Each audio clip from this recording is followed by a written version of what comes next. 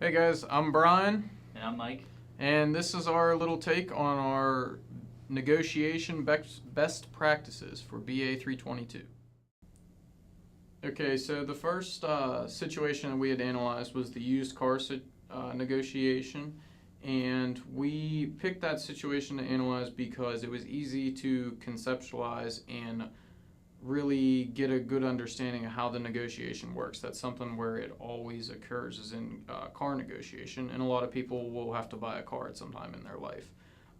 The second situation that we decided to analyze was the Campbell and Lessing Farm negotiation, where there were a lot of parties involved, some of them being family, and some of them were hiding information from others because of pay and stuff on the farm. So that was just two situations that we decided to analyze. Going into the negotiation, I did a couple things I did well was planned it out properly. It made me feel more comfortable when the negotiation started. So I planned out how much I wanted to spend, how much the car was worth, and how much the repairs would cost me in event I would buy the car and the repairs not be done yet. So going into it, I knew the price of the car should not sell for more than $12,100. I knew he was asking $10,500 for it, so I had a good point to name my price for the negotiation. Three things that I thought I did well in the used car negotiation would include the preparation. I did my research before the situation to create a little scenario on how much I knew the car was worth, what I thought my BATNA and everything was. The other topic that I considered was creative solutions.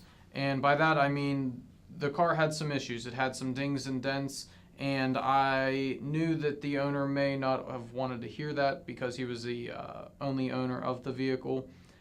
So one of my creative solutions was to save him on sales tax and tell the government that we only paid, $6,000 or $7,000 for the car instead of the actual 10.5 or whatever we were going to reserve on. And the last but most important thing that I think helped me in my negotiation was the fact that I kept my emotions out of it. I tried to not let the owner know that I was as interested as I really was.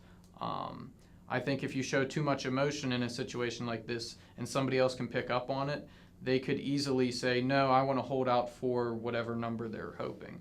But I think by hiding your emotions, you can really get what you need and what you want out of your negotiation. A couple of things that my partner did well in this negotiation. Number one was he used hardball tactics. He left his emotions out of it, and he came up with some creative solutions to show interest in pushing the sale. So one of those solutions was he wanted to throw in a couple tires to entice the deal, which caught my attention because the tires were worn out on the car, and it would be a cost that I would have to face sooner rather than later. So he did that, and then he also wanted to deliver the car to my house because our negotiation was about 2 hours away from my house. So he said if we don't make the deal today, he would come to my house and deliver the car without cost. So the other negotiation simulation that we want to talk about is the Campbell Lessing Farms negotiation. And the way that this differs from all of our other previous negotiations was this was a multi-party, multi-issue event where I was worried about there were family involved, there were friends involved, and there was a lot more going on. One of the things that we want to analyze was like the strengths and the weaknesses of that negotiation. And I thought in particular my part in the negotiation, I had a clear sense of communication. I could talk well with all the other members of the party, which included family. The other thing was I had an open mind going into it. I had a lot of options to move away from, and that all helped through my preparation because I knew exactly what could be done and what I thought needed to come out of the negotiation to make this feasible for me. But one of the weaknesses that I encountered was the fact that because we're dealing with family, the relationships prior to, during, and after the negotiation were quite important to me. And that was a big play on my emotions. And to overcome that a little bit, I really emphasized the openness of communication.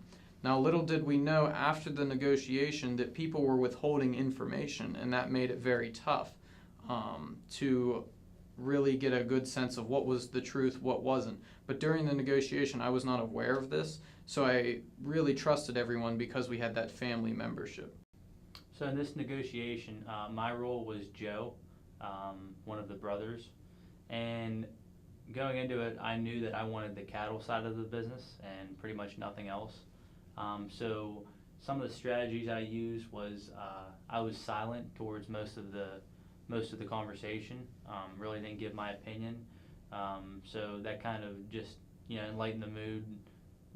Didn't want to throw my opinion out there too quick, and just hear what everybody else wanted first before I went in and told everybody what I wanted.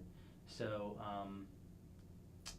I ended up doing that. I heard about what everybody else wanted, and then I kind of just went in at the end and told them what I wanted, which was the cattle business. And by that point, everybody was kind of tired of talking, and pretty much just said, yeah, that's reasonable, and you can have the cattle side of the business, and everything else was evenly distributed throughout the family. Okay, 3 things that we learned through our negotiation class throughout the whole entire semester would include some learning how to use your cognitive biases, your preparation, and power to your advantage to become an effective negotiator.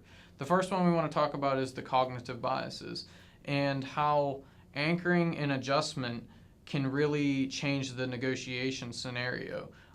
As a good negotiator, you need to know when to hold your ground versus when you need to adjust and read the situation to really understand what is going on in the negotiation. That way you can get farther along in your request and also ease the situation.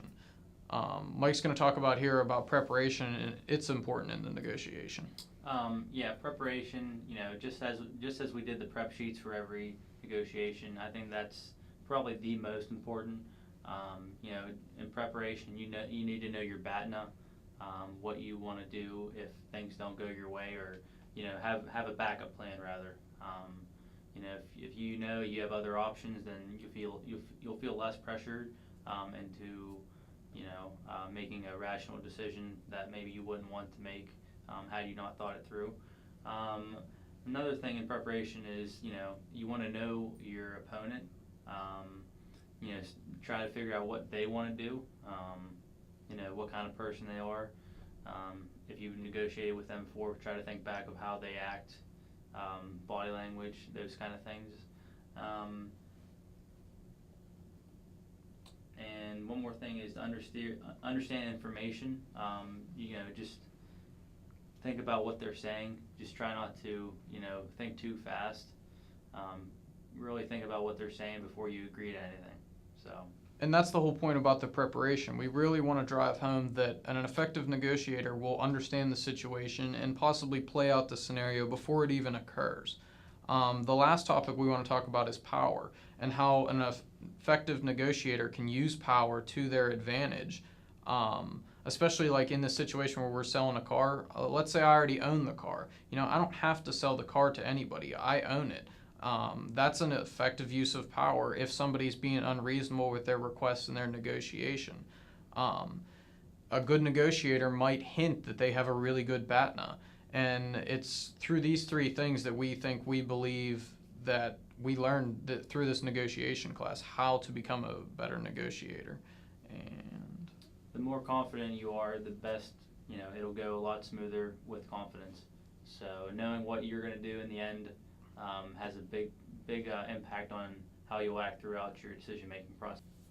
All right, guys, that's going to do it for us. We want to thank you for taking your time to check out our video, and if you have any questions or comments, just be sure to let us know.